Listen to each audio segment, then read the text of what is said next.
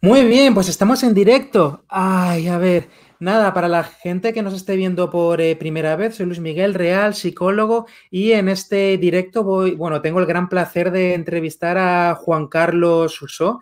Es historiador, bibliotecario, divulgador también y escritor. Sobre todo muy centrado en todo el tema de las drogas en España, la historia de las drogas en España, la historia del prohibicionismo, la psiquedelia y un montón de temas súper interesantes. Yo oí hablar de Juan Carlos por primera vez cuando estaba estudiando mi máster de drogodependencias ahí en la Universidad de Valencia. Claro, era imposible no toparme con algún trabajo de los suyos, de Antonio Escotado, sobre historia general de las drogas, etcétera. Y bueno, este es un grandísimo placer para mí tener aquí a Juan Carlos en esta, la primera de muchas entrevistas que voy a tener aquí en el canal. Así que nada, bienvenido Juan Carlos, un placer tenerte. Muchas gracias, Luismi. Gracias por haberme invitado. Pues Juan Carlos, cuéntanos un poquito, sobre todo para, bueno, la gente que está conectada en mi canal que está interesada pues en temas de psicología, etcétera. ¿Cuál ha sido tu trayectoria en los últimos años? ¿En qué temas has estado más centrado, etcétera? Cuéntanos un poco sobre ti. Bueno, en los últimos años es que ya son los 30 últimos años realmente, ¿no? Digamos que empecé pues haciendo una tesis doctoral que me dirigió Antonio Escotado y bueno, la tesis luego se publicó en forma de libro, salió en Taurus, fue un libro que tuvo muy buenas críticas y buenas ventas también. Y ese fue mi arranque, es decir, de alguna forma, claro, en el origen de todo esto está la monumental Historia General de las Drogas de Antonio Escotado, que yo me leí recién salida en el año 89. Me quedé totalmente fascinado porque ofrecía una visión totalmente distinta a lo que hasta ese momento yo había escuchado sobre el tema. Entonces, claro, la Orden de Escotado es una historia mundial, es una historia de las drogas a nivel planetario.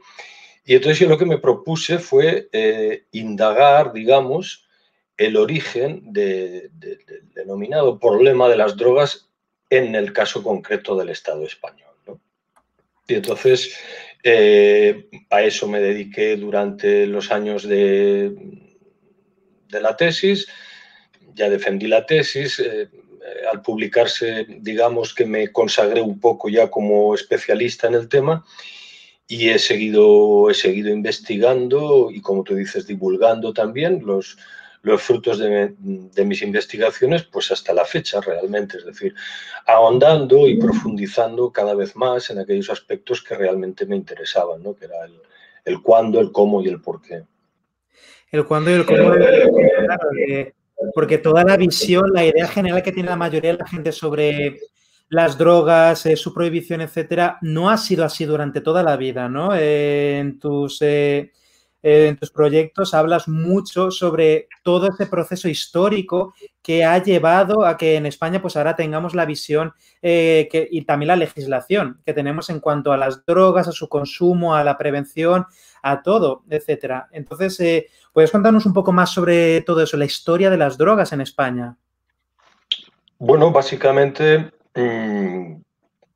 digamos, hay una etapa de libertad farmacológica que en el caso español dura o se prolonga hasta 1918. Año arriba, año abajo, esto viene a reproducirse el patrón en todo el mundo. En Estados Unidos en 1914, en Inglaterra 1916, pero digamos en torno a finales de la primera década del siglo XX se acaba ese periodo de libertad farmacológica donde, ojo, lo que de alguna forma, porque sí existía una legislación sobre drogas, pero hasta ese momento lo que procuraba la legislación no era que la gente tomara o dejara de tomar, sino que lo que tomara eh, tuviera la calidad prometida en farmacias o en boticas o en droguerías o donde lo adquiriera. Es decir, el bien protegido era la sustancia. y el bolsillo del consumidor, es decir, que no fuera estafado. Toda la legislación iba encaminada a garantizar que el consumidor tuviera acceso a aquello que quería tomar. A partir de 1918 entramos en una etapa ya de control o restricción. Es decir, hay un planteamiento ya por parte de las autoridades de determinadas sustancias, concretamente aquellas que conocemos como drogas eufóricas, someterlas a un régimen de control o restricción. ¿Cuál es el instrumento que idea las autoridades gubernativas para someter estas sustancias a ese control? La receta facultativa. Es decir, hasta ese momento, hasta 1918, cualquier droga, cocaína, heroína, hachís, morfina, láudano, etcétera, etcétera, se podían comprar en cualquier farmacia libremente. Claro. Y a partir de 1918 lo que se exige, con la idea de que esto nos configura, digamos, el modo de empleo que hacía la gente. Es decir, estas sustancias eran medicinas y la gente las tomaba para curarse o aliviar una serie de síntomas amplísimos. Y entonces, con la receta, las autoridades gubernativas lo que quieren es garantizarse que no hay un uso extraterapéutico, garantizarse que efectivamente la gente las toma como fármacos, como medicinas. Claro, pero claro, la cocaína, la heroína, todo eso se podía pedir en la farmacia como tal, ¿no? Antes de que las de manera. Sí, digamos, los farmacéuticos eran los minoristas, los que vendían al detalle, y los drogueros eran los mayoristas. Eran los que surtían a los farmacéuticos. Este era un poco la cadena comercial. El droguero era un mayorista y el farmacéutico era el minorista, el que vendía al detalle. Efectivamente, todas estas sustancias, eran de venta libre. A partir de 1918 se exige la receta médica, la receta facultativa, y esto hoy nos puede parecer un poco una tontería, pero no es tanto si pensamos que en 1918 la sanidad todavía no estaba subsidiada por el Estado. Es decir, todas las recetas, es decir, todos los médicos eran de pago, para entendernos. Entonces, normalmente, como una práctica habitual, el médico solía cobrarte por la receta lo mismo que valía lo recetado. Es decir, esto significa que en 1917 o los primeros meses de 1918, un gramo de cocaína en la farmacia te costaba 4 pesetas. Ese era el precio de la cocaína. O un gramo de heroína, 5 pesetas. Un gramo de morfina, 3. Un gramo de opio, 1 peseta. Al tener que pasar ya por un médico que te extendiera una receta, yo, pues mire, es que tengo una muela que me está volviendo loco y necesito un anestésico, ponerme cocaína y para adormecerme el dolor, tal. ¿Qué necesita? Pues 2 gramos de cocaína. 2 gramos de cocaína, estupendo. La receta, 8 pesetas. O sea, tenías que pagar las 8 pesetas de los 2 gramos de cocaína más las 8 pesetas que te pedía el médico por la receta. Es decir, dentro de la legalidad ya la exigencia de la receta médica implicó una duplicación del precio. Claro, esto ya era una limitación para el consumo, ¿no? Claro, había una limitación sobre el consumo para que una persona no se pasase, entre comillas, ¿no? Porque, bueno, aparte del precio de lo que es la sustancia, te necesito una receta médica y además tengo que pagar bastante más. Por todo, entonces ya había un tipo de limitación económica, etcétera, etcétera, para disuadir de alguna manera el consumo, ¿no? No, o sea, la intención no era, en principio no era disuadir. En principio, los médicos y los farmacéuticos, dentro de su praxis, digamos, debían limitar la venta a una cantidad, decía la ley, razonable en el uso doméstico. Es decir, nadie iba a la farmacia y pedía 5 kilos de cocaína. Es decir, lo normal es que fuera la gente y pidiera 1 gramo, pero podías comprar 1 gramo en esta farmacia y en la farmacia de 100 metros más allá volver a comprar otro gramo y en la de más allá volver a comprar otro gramo. Es decir, no había no había ningún instrumento, ni ordenadores, ni recetas, ni nada que se pudiera fiscalizar ese consumo. Con la receta, lo que pasa es que ya, aparte de lo que te cuesta la cocaína en farmacia, o la heroína, o la morfina, ya le tenías que pagar al médico por la receta. Claro. Entonces, quiero decir, es cosa ya inmediata que en ese momento pues ya empieza a aparecer un mercado negro, empiezan a aparecer los primeros camellos, es decir, ya no profesionales de la salud ni de la sanidad, sino criminales que se dedican al trapicheo de sustancias, aparece la adulteración, aparecen los primeros robos en farmacias, ya en los años 20 yo tengo registrados 3 robos en farmacias en España. Es decir, ya empieza la criminalidad relacionada o asociada, claro, al consumo y a la comercialización de las drogas. Claro, sobre todo a la comercialización. Porque lo que sucede es que como las autoridades se dan cuenta que este instrumento que en principio pensaban de buena fe que iba a ser un instrumento de control, la receta, acaba siendo un mayor descontrol, esa restricción inicial cada vez se va endureciendo más hasta que llegamos ya a la prohibición. Es decir, yo en España la sitúo en 1932 en concreto, en agosto del 32 es cuando se prohíbe incondicionalmente la heroína en España.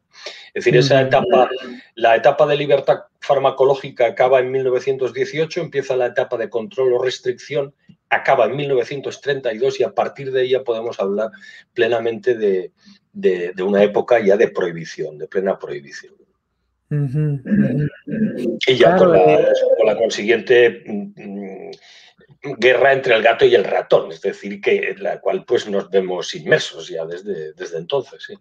Claro, entre la gente que quiere consumir a cualquier precio y claro, un gobierno, una legislación que intenta limitarlo, ¿no? Y de alguna manera también afectado por, bueno, los medios de comunicación, también por otras acciones que se estuviesen tomando en Estados Unidos o en otros países, porque fue un poco como una ola, ¿no? Una ola a nivel mundial, ¿no? En cuanto a esta nueva postura de prohibicionismo hacia el consumo, de, vale, pues vamos a limitar la comercialización de sustancias, etcétera, etcétera, etcétera.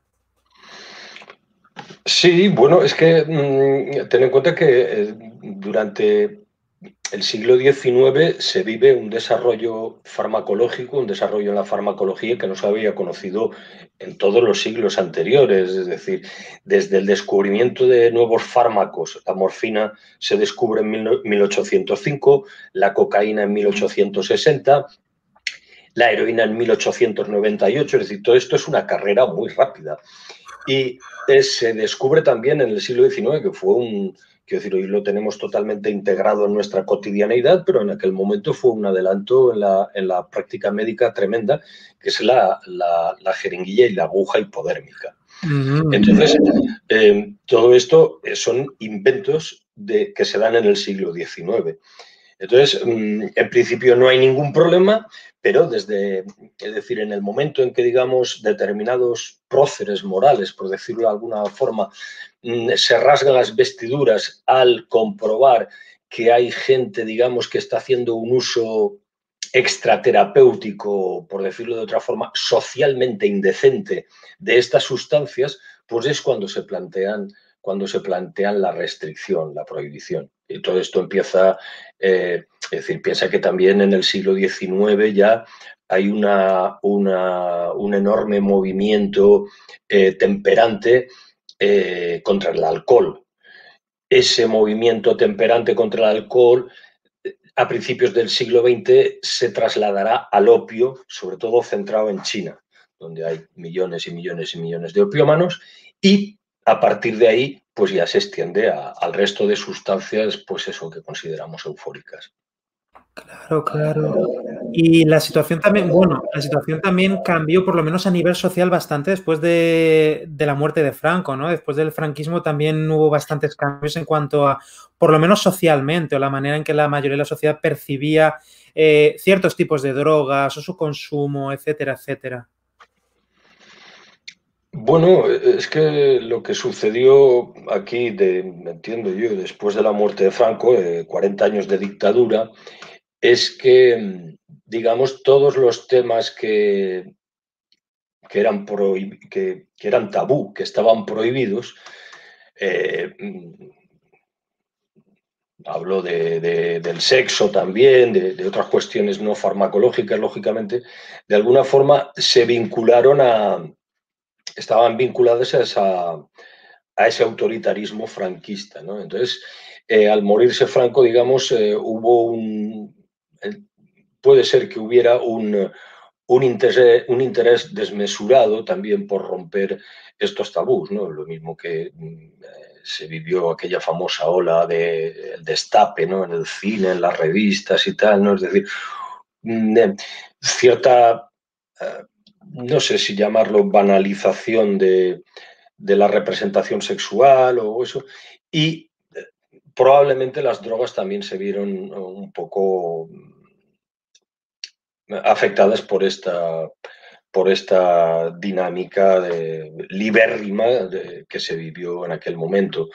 Entraron también en juego muchas publicaciones que hasta entonces no digamos que habían estado prohibidas, pero libros que no se habían publicado en España, como desde el Yonki de William Burroughs hasta las enseñanzas de Don Juan de Carlos Castaneda, el libro de la hierba, el Club del Hachís, toda una serie de publicaciones que no diré yo que incitaran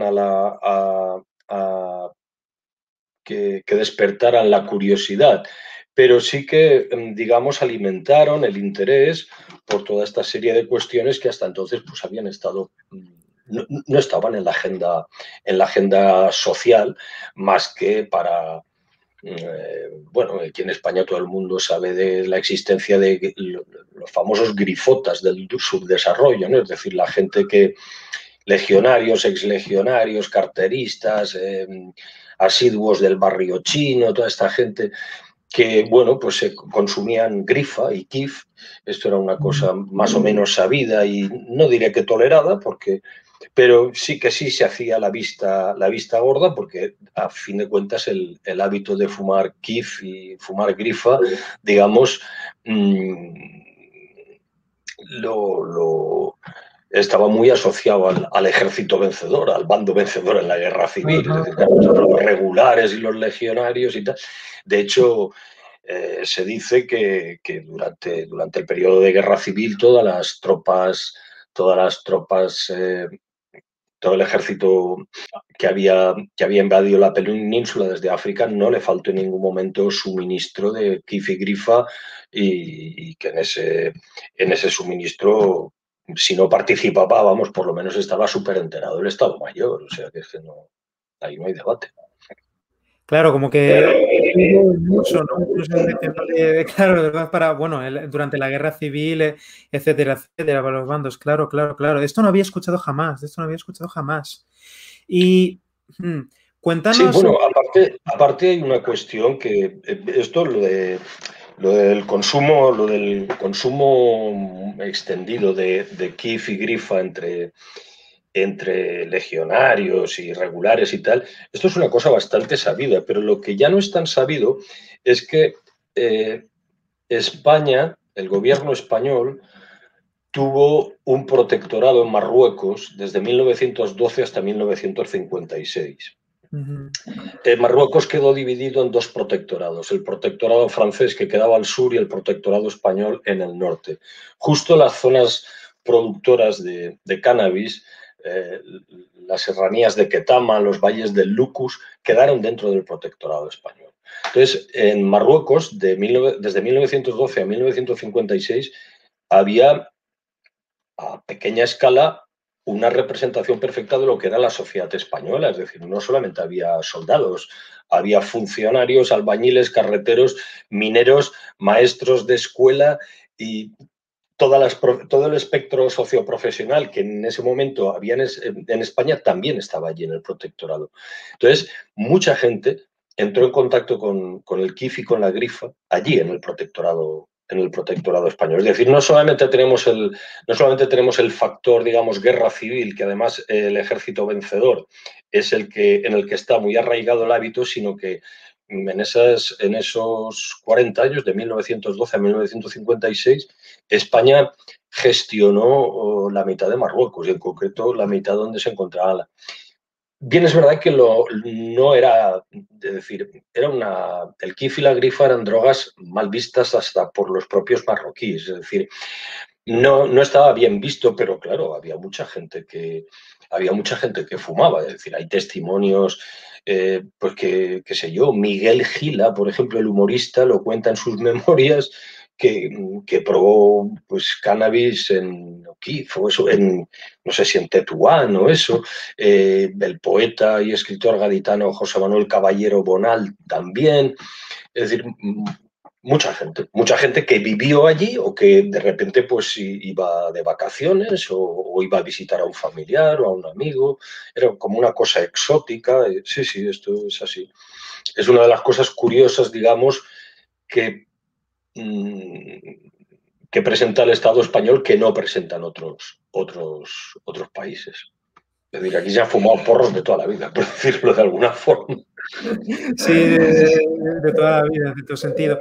Claro, está eso de que por mucho que se prohíba, se limite la comercialización, el consumo de ciertas sustancias, es que la gente las consume igual, ¿no? Esto es lo que nos encontramos muchas veces, sobre todo los profesionales que trabajamos con personas con problemas de adicción o cuando trabajamos en algún programa de prevención, etcétera, es que la gente va a tener curiosidad siempre. Y claro, la estrategia del prohibicionismo hace décadas que sabemos que no funciona, porque la gente si quiere probar algo, pues va a encontrar tarde o temprano la manera de hacerlo, va a surgir un mercado negro para suplir esa demanda que hay por determinada sustancia. Entonces me gustaría preguntarte, Juan Carlos, claro, ¿cuál es tu postura en cuanto a la regularización o legalización? ¿Qué es lo que tú ves en cuanto a ese tipo de movimientos en otros países, por ejemplo, en Holanda o en Uruguay, etcétera, etcétera? Sobre todo el tema de o en Portugal incluso, ¿no? Sobre cambios de legislación en cuanto al consumo, la posesión de drogas, etcétera, etcétera.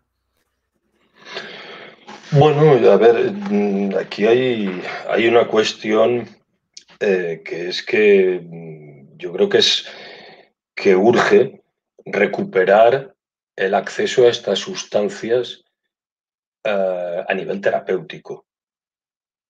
Es decir, porque estamos hablando de sustancias que no es no es que fueran prohibidas porque se demostrara que no eran eficaces para aquello que se administraban. Entonces, ahora mismo España es de los pocos países, de los poquísimos países que quedan en Europa donde el cannabis todavía no está autorizado a nivel medicinal. Esto a mí me parece, no sé qué calificativo utilizar, pero podríamos hablar que me parece criminal. Es decir, hay gente que podría aliviar mucho los efectos secundarios de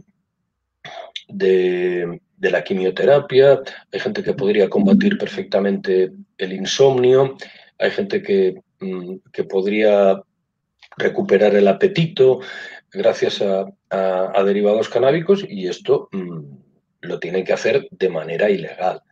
Pero el tema de de la normalización o regularización de estas sustancias, yo creo que el tema que de alguna forma ha quedado planteado ya. Es decir, estamos hablando de sustancias que antes de 1918 controlaban los médicos y las dispensaban los farmacéuticos, es decir, profesionales de la salud. Ahora las controlan y descontrolan policías y las suministran criminales. Es decir, esta es la diferencia. Es decir, lo que antes estaba en manos de médicos y farmacéuticos ahora está en manos de policías y criminales. Es decir, cada uno tiene que preguntarse qué es lo qué es lo que interesa más. Realmente yo creo que es que no hay debate al respecto, ¿no? Es decir, es una cosa tan obvia. La pregunta del millón es ¿por qué persistimos en este inmenso error? Claro, como que es una postura muy antigua todavía, ¿no? Sobre todo cuando hablamos de que hay casos muy concretos en que se puede tener un consumo terapéutico supervisado por un profesional de la salud, limitado, etcétera, etcétera, que eso no hay que confundirlo con a lo mejor el consumo recreativo extremo que termina en sobredosis, que eso es lo que se persigue mediante muchas de, claro, las legislaciones, la prohibición, etcétera. Se quiere evitar que gente muera de sobredosis, etcétera, etcétera. Pero claro, hay una gran diferencia entre un consumo recreativo de unos chavales que no se les ha educado sobre cómo consumir determinadas sustancias, etcétera, etcétera, etcétera, si ya nos metemos en psicodélicos, etcétera, cuando, claro, lo que tú comentas, Juan Carlos, de que hace muchísimo tiempo era una cosa ya supervisada por el sistema sanitario, por farmacéuticas, médicos, etcétera, para usos muy concretos sanitarios. Claro, allí hay es una cosa completamente distinta a la prohibición que llevamos llevando un poco, bueno, como hablas mucho sobre todo en tu último libro, en Drogas, Neutralidad y Presión Mediática, que bebimos mucho de esa guerra contra las drogas americana, ¿no? Desde, bueno, las drogas son malas, no hay opción ni nada, se tienen que prohibir al 100% y cualquier persona que las consuma es de por sí un criminal, cuando sí que nos encontramos que por mucho que prohibamos algo, la gente por unas o por otras, o buscando los efectos recreativos o buscando unos efectos terapéuticos para alguna enfermedad crónica o lo que sea, pues van a encontrar la forma de acceder. Pero claro, van a acceder por parte de criminales, por parte de gente del mercado negro, sustancias cortadas de 1000 maneras, con mayor toxicidad, mucho más riesgo de sobredosis, de llevarse los efectos más perniciosos, ¿no? Y por supuesto, sin supervisión alguna de un profesional de la salud, ¿no? Que pudiera estar haciendo un seguimiento de, vale, pues a esta persona le vamos a recetar esta sustancia porque tiene esta dolencia crónica y esto para la quimioterapia, etcétera. Claro, la gente va a consumir igual, pero van a consumir a la oscuridad un poco, ¿no? Porque es lo que no solemos encontrar en la mayoría de los casos, ¿verdad? Bueno, es que realmente, digamos, la legislación lo único que altera, es decir, no impide el acceso a las sustancias, pero lo que modifica son las condiciones de acceso.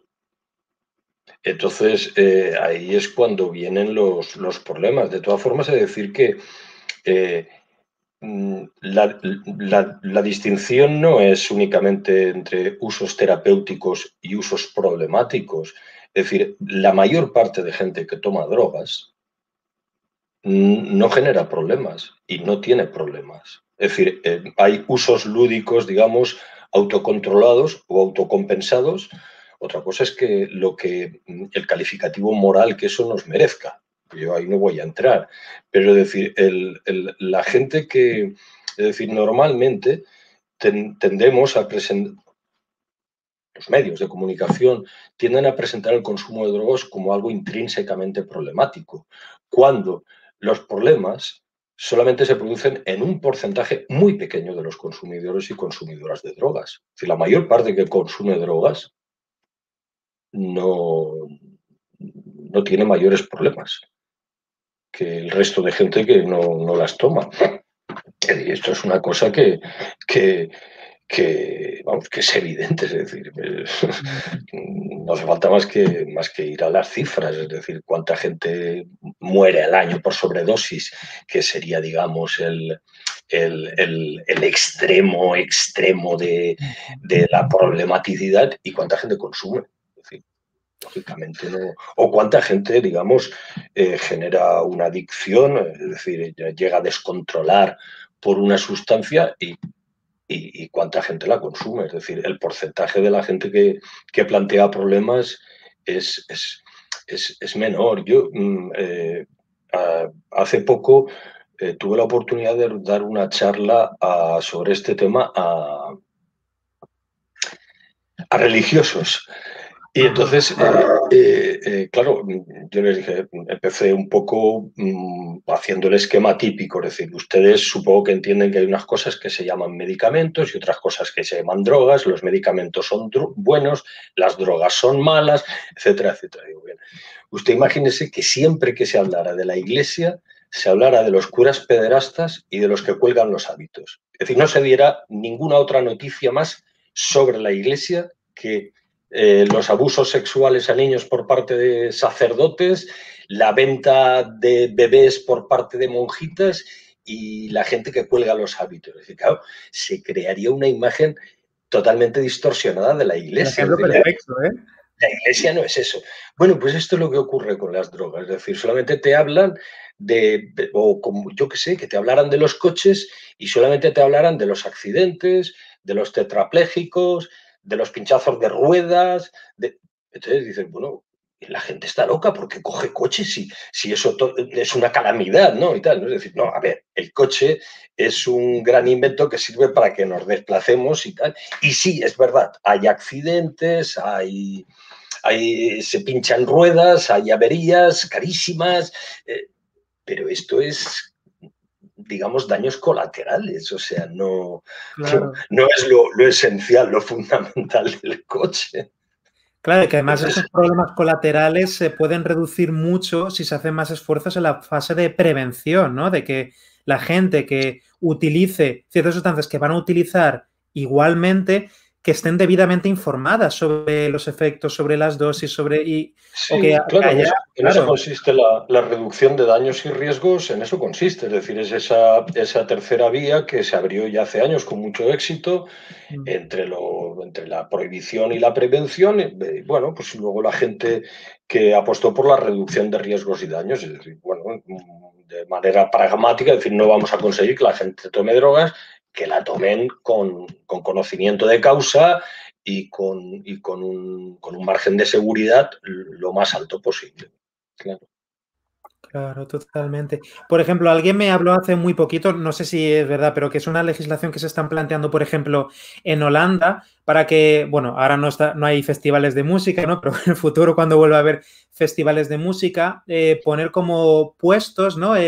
Puntos de información a lo largo del festival y que hagan test rápidos de, por ejemplo, pastillas, para que la gente, antes de tomar lo que sea, si van a tomar algo, tengan algún tipo de garantía de que lo que les han vendido es de verdad, lo que creen que van a Sí. tomar, ¿no? Y que de alguna manera, eso, claro, eso también es una medida muy útil en cuanto a prevención, información y reducción de daños. De, a ver, la gente hay ciertas personas que van a hacer lo que sea. Igualmente, pues, mejor que se hagan estas pequeñas acciones para evitar esos daños colaterales que todos queremos evitar.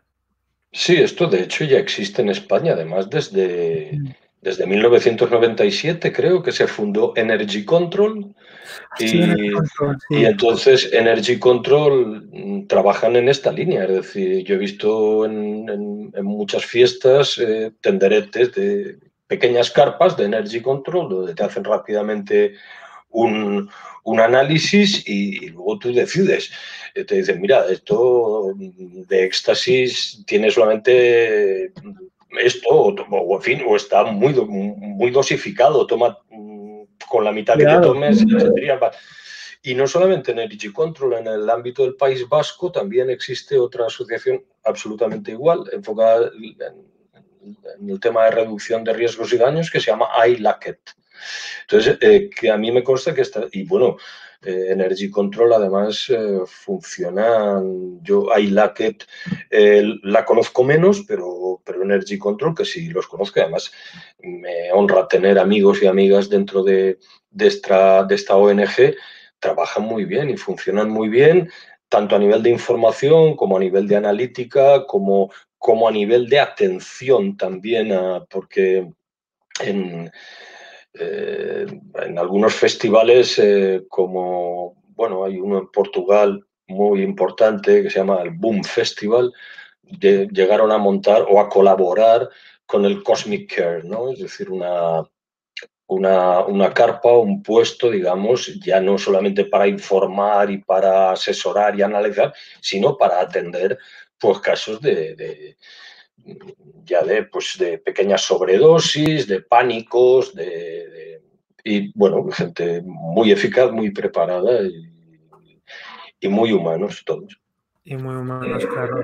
Claro, claro, nunca hay que olvidar esa parte humana, ¿no? De que, sobre todo, de no culpabilizar o criminalizar a la persona que está consumiendo, ¿no? Porque si hacemos eso, pues hay muchas más probabilidades de que oculte sus intenciones, de que oculte que quiera consumir y claro, de esa manera es muy difícil ayudarles, ¿no? Si perciben que hay ¿cómo decirlo?, una hostilidad, ¿no?, hacia la persona que va a consumir. Oh, vaya, no, ahora no me atrevo a decirles que es que íbamos a tomar algo, etcétera, etcétera. Y es precisamente así como ocurren las desgracias, ¿no?, en la minoría de los casos, pero que es así, ¿no? Es precisamente si le ponemos ese lado humano, ese lado de aceptar pues hay gente que tiene curiosidad, hay gente que X, pues mejor que si van a hacer eso lo hagan bajo las máximas condiciones de seguridad que haya para evitar sustos. Claro, claro, claro. Sí. Okay. Pues nada, muchísimas gracias, muchísimas gracias. ¿Hay alguna cosita más que te gustaría comentaros o comentarnos o compartir sobre todo este tema, Juan Carlos? Bueno, sí que me gustaría, porque has hecho una mención como de pasada y yo no he profundizado en esta cuestión. A mí lo que, como te he dicho antes, lo que me interesó, lo que más me interesaba era averiguar el cómo, el por qué. Entonces, de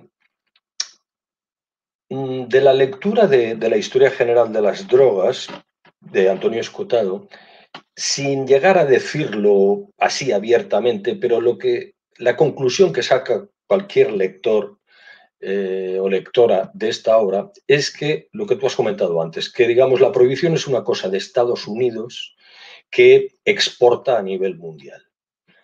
Y entonces yo, cuando empecé la tesis doctoral, sospechaba que esto no era exactamente así. No era exactamente así por dos motivos. Porque cuando empieza esa etapa de control o restricción en Estados Unidos en 1914, Estados Unidos, para empezar, o sea, el mundo no está tan globalizado como ahora. Es decir, esto para empezar, es decir, el mundo de 1914 no es el actual, que nos enteramos en el acto del tuit que acaba de lanzar el presidente Trump o lo que sea. Es otro mundo todavía. Pero sobre todo, en 1914, Estados Unidos todavía no es la superpotencia planetaria que será luego de la Segunda Guerra Mundial. Es decir, en ese momento, en 1914, tiene mucho más peso específico en el contexto internacional el Imperio Austrohúngaro, Rusia, China, Francia, Inglaterra, incluso Italia, que Estados Unidos. Es decir, esto de que la prohibición es algo que una cosa de los americanos y que de alguna forma acaban imponiéndolo a todo el mundo, esto no es cierto. Entonces, yo lo que me dediqué a profundizar o averiguar es por qué aquí en el Estado, cómo se produce en el Estado español. Y este último libro, el de Drogas, Neutralidad y Presión Mediática, es donde he conseguido llegar hasta el fondo del asunto y, de hecho, quitarme una espinita que me había quedado clavado. Sí. Quitarme la espinita que me había quedado clavada desde la tesis doctoral y el primer libro, Drogas y Cultura de Masas, donde esto no lo pude desarrollar del todo. Porque, es decir, sí, en 1918 el gobierno español decide, pues eso, someter las drogas a control y a restricción. ¿Pero por qué? ¿Qué pasó? Ajá. Entonces conseguí, durante años, lógicamente, de investigación y de mover muchos periódicos, ver el día a día desde que empezó la Primera Guerra Mundial hasta 1918. La Primera Guerra Mundial empieza en 1914. Y entonces descubrí que hay una concurrencia de factores, lógicamente. Entonces, por ejemplo, en esos 4 años mueren 4 aristócratas de sobredosis. Además, 4 aristócratas jóvenes, en la flor de la vida, en torno a los 20, 30 años. Fueron muertes aireadas en los periódicos y causaron un impacto bastante relevante. La última de ellas se produjo en un cabaret en San Sebastián, a 100 metros de donde estaban veraneando. San Sebastián durante muchos años era la corte de verano, donde iban los reyes de España a pasar el verano. El cabaret donde murió el conde Villanueva de Soto estaba a 100 metros escaso de donde estaba Alfonso XIII y la reina Victoria Eugenia. Pero claro, escándalos mediáticos completamente. ¿Perdón? Escándalos mediáticos completamente. Sí. Pero aparte de estas cuatro muertes por sobredosis, digamos, muy sonadas, lo decisivo fueron campañas de prensa. Es decir, hubo cuatro campañas de prensa. La primera, en 1915, que la protagonizó un diario de Barcelona marginal, de extrema izquierda, por decirlo de alguna forma, que se llamaba Germinal, y que no tuvo mucha repercusión, porque para empezar era un diario muy poco leído, tenía muy poca tirada, muy poca difusión, y el periodista, con poca vista, quemó las naves en una semana. O sea, era de artículo diario. La serie se llamaba Los que envenenan. Y además, curiosamente, claro, lógicamente, cargaba contra los farmacéuticos.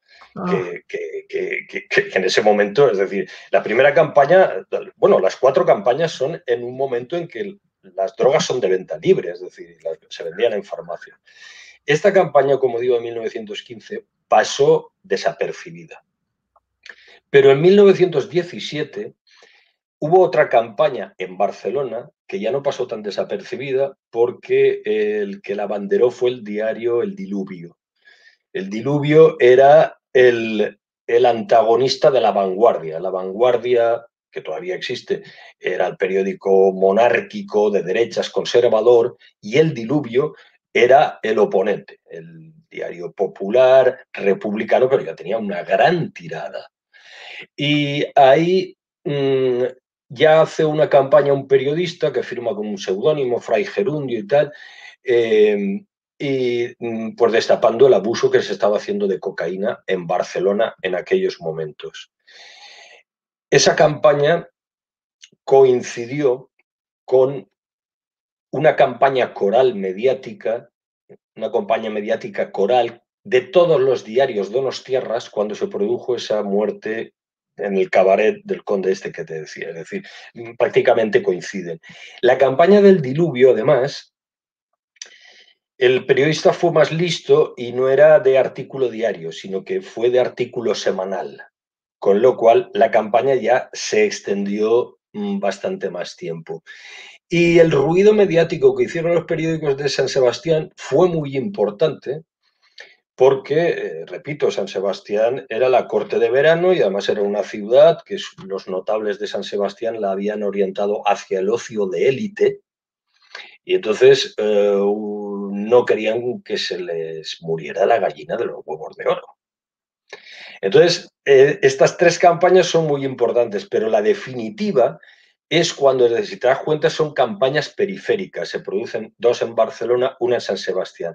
Pero finalmente, el escándalo de las drogas llega a la prensa de Madrid. Entonces, es cuando la prensa de Madrid, cuando el diario El Sol, el diario La Acción, con grandes titulares en primera plana ya, Madrid se envenena y el gobierno se inhibe presionando al gobierno. Estos eran los titulares de ese momento. En un titular momento de clickbait, de de primera fake plana del news. diario El Sol. Madrid se envenena y el gobierno se inhibe. Además, en época de campaña electoral. Con lo cual, el gobierno se vio prácticamente forzado. Te estoy hablando de una campaña de febrero de 1918 y el 1 de marzo es cuando en la Gaceta de Madrid, lo que luego sería el Boletín Oficial del Estado, ya aparece la primera disposición legislativa controlando esta sustancia. Claro, Es decir, hay también. una presión, por eso el libro lleva el título de Drogas, neutralidad y presión mediática. La neutralidad alude a España no intervino en la Primera Guerra Mundial y bueno, lo que suele suceder en los países neutrales cuando hay una guerra como la Primera Guerra Mundial, cantidad de gente busca refugio en los países neutrales. Entonces, aquí en España llegó un aluvión de población huyendo de las matanzas que se estaban produciendo en Francia tremenda. Pero claro, entre ese aluvión de población también llegó, digamos, oye, pues gentes fronterizas, ¿no? Desde espías, saboteadores, una legión de prostitutas, proxenetas, etcétera, etcétera. Entonces, bueno, pero estamos hablando de que Barcelona, al, en,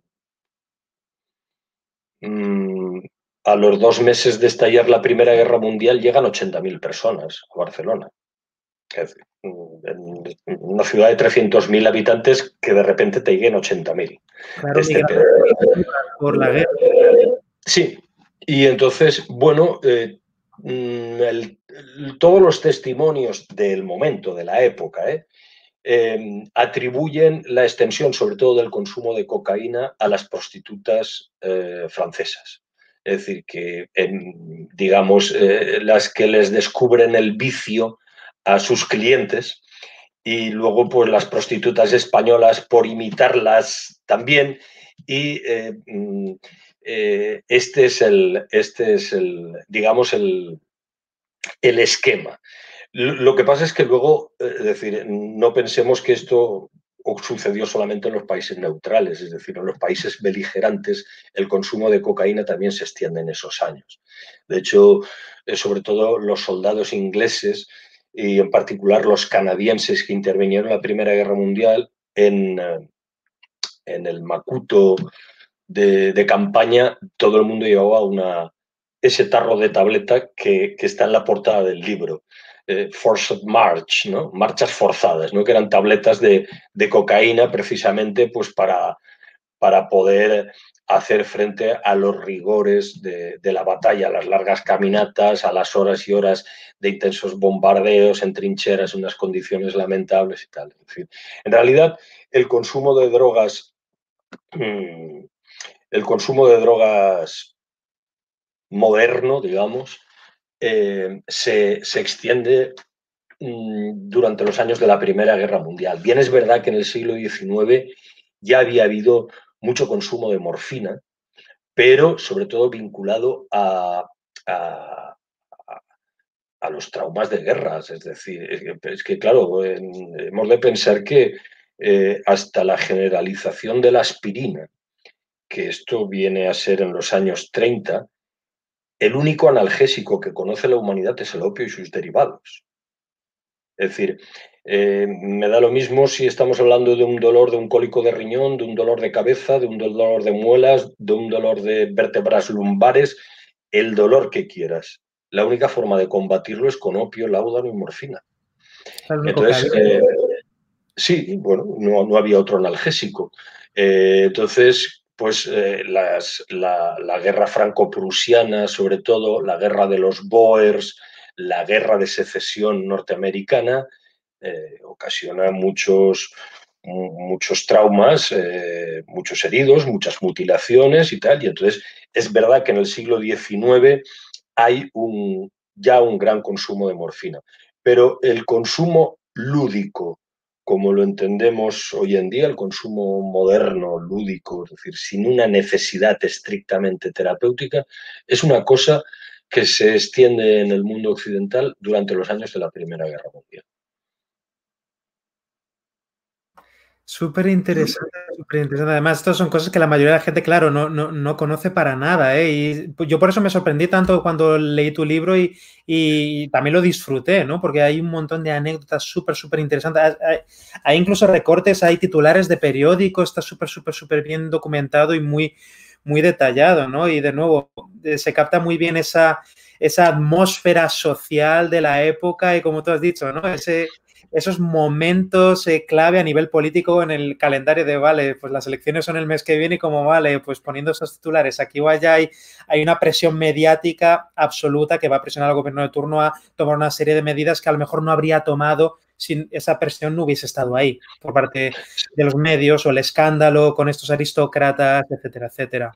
Sí, con toda seguridad. De hecho, el titular este de Madrid se envenena y el gobierno se inhibe alude a que una comisión de probablemente padres y madres de consumidores fueron a hablar con el ministro en primera instancia, el ministro de la Gobernación, José Bahamonde, a exponerle el problema. Mire, que mi hijo, que no hace más que meterse morfina o no paran de tal. Y, entonces, hay que decir, bueno, ¿qué edad tiene su hijo? Pues 24 o 26 y tal.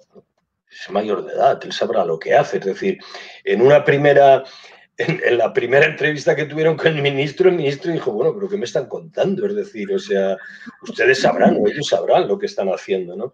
Entonces fue cuando ya salieron los titulares y, y ya la presión se hizo manifiesta. De todas formas, todo esto es como muy esquizofrénico, porque al mismo tiempo que se están prohibiendo las drogas, o se están prohibiendo, se están sometiendo a control y a restricción, y la prensa está diciendo que si esto, que si aquello, que si hay gente que las toma en cabarets, en prostíbulos, y tal y cual, el mismo rey Alfonso XIII está invitando a agricultores y a profesionales de la química a que produzcan opio, porque por el hecho opio autóctono, español, que se plante aquí a dormidera y que se produzca opio, porque precisamente por la guerra, por el conflicto bélico, hay un desabastecimiento total de medicinas. Es decir, no llegan. Es decir, piensa que en la Primera Guerra Mundial ya hay submarinos, se hunden barcos y tal. Y entonces España es un país tradicionalmente deficitario en esta materia y todos los medicamentos los importa. Y no solamente las especialidades o los específicos, sino también los genéricos. Entonces, claro, ante el precio del opio, yo ahora no lo recuerdo las cantidades, en el libro lo cito, es decir, lo que se dispara el precio del opio cuando simplemente se iba medio año de guerra. Es decir, y de repente, claro, y entonces, por un lado, se están prohibiendo la sustancia y por otro lado, el rey está invitando a agricultores a que cultiven a dormidera y a los químicos locales y farmacéuticos locales a que extraigan opio tan necesario La en las fronteras. hipocresía en su máxima expresión. No, bueno, no es que sea hipocresía, porque en realidad, es decir, el uso terapéutico no ha estado nunca mal visto. Claro. Entonces, lo que se pretendía capar era el uso lúdico. Lo que pasa es que, claro, ¿cómo consigues lo uno sin afectar al otro, ¿no? Es decir, es como muy, muy difícil, ¿no? Pero bueno, todo esto es todo, lo que hace, digamos, tan interesante esa intrahistoria, ¿no? Por eso, es decir, yo estoy convencido de que si alguien hiciera aproximaciones como he hecho yo en España, en los distintos países, pues en todos los países se producen particularidades que seguramente resultarían curiosas. Porque ya digo, no es que Estados Unidos prohíbe y en todo esto dicen, sí, amo, nosotros también prohibiremos. No, no, para nada. Es decir, aquí en España no hay una presión estadounidense en ese momento. A ver, las presiones estadounidenses ya vendrán a partir de los años 60 con el Convenio de Naciones Unidas, etcétera, etcétera. Ahí sí. Pero en origen las prohibiciones son estrictamente locales.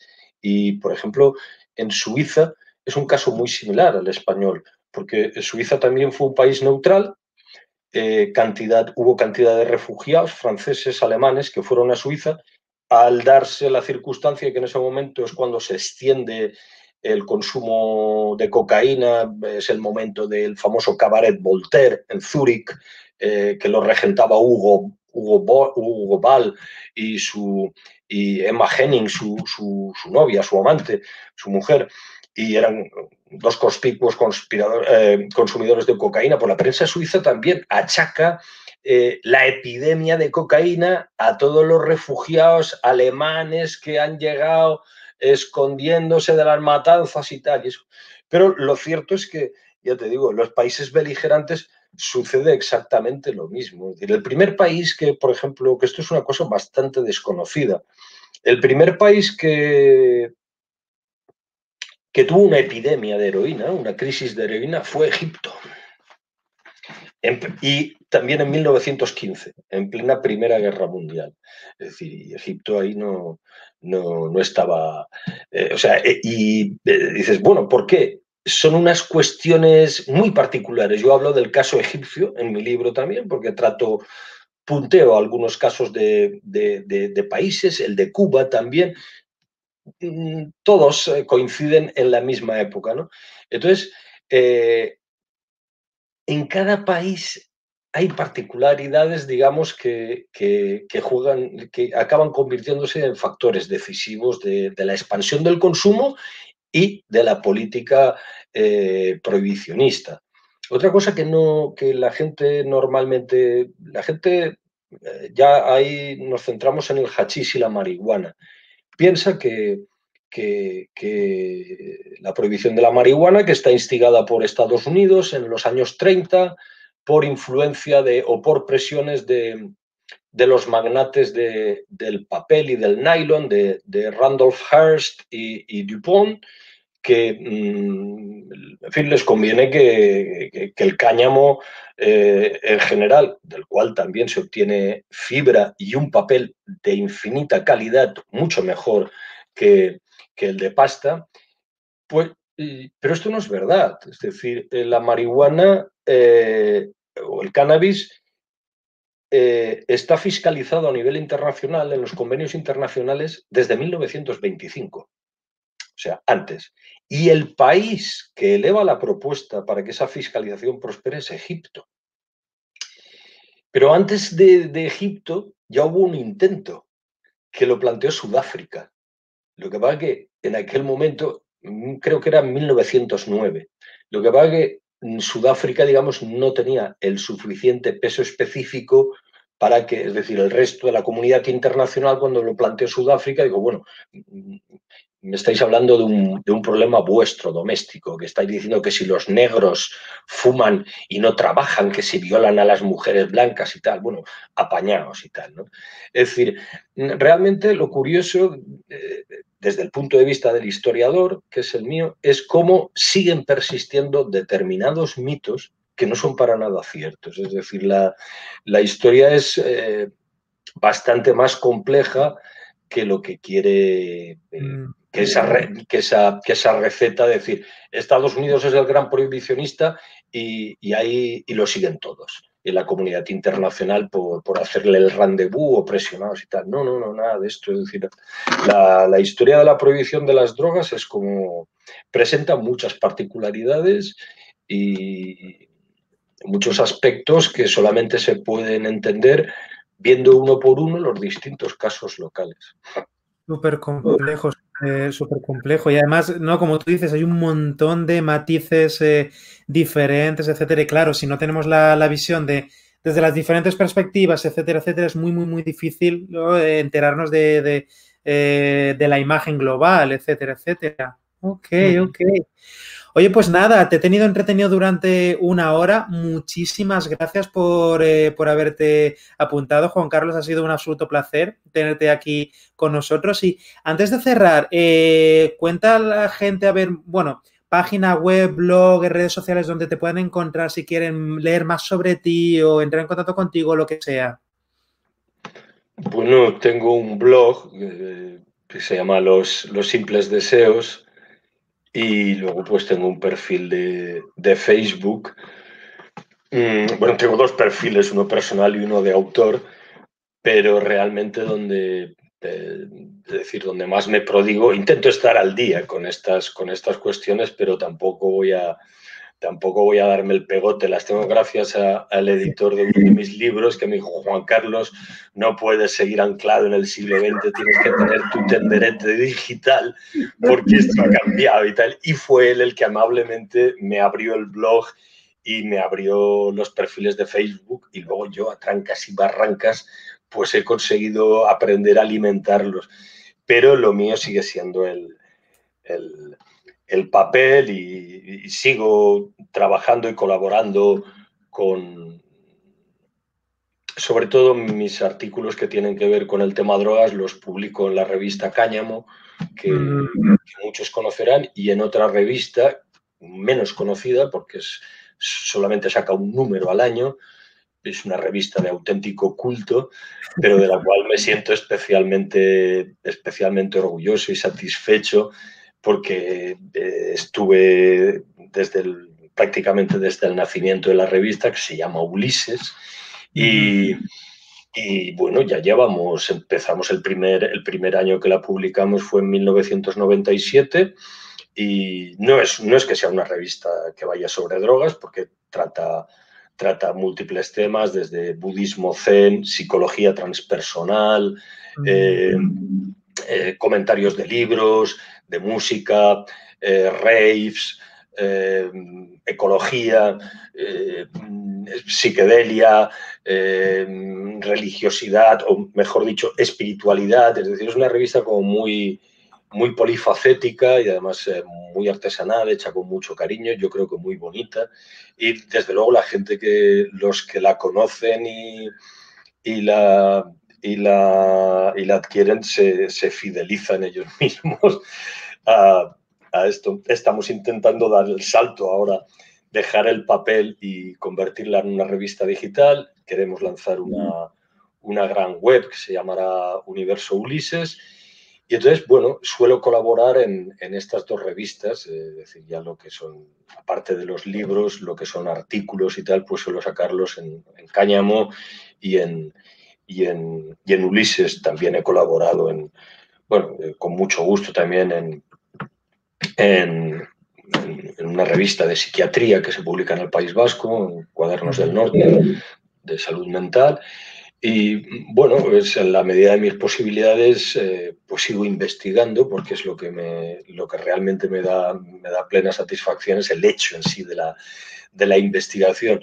Luego la divulgación ya, es decir, lo que es escribir y eso me cuesta un poco más, ¿no? Pero entiendo que no puedo quedarme, he de compartir esos pequeños descubrimientos que he ido haciendo.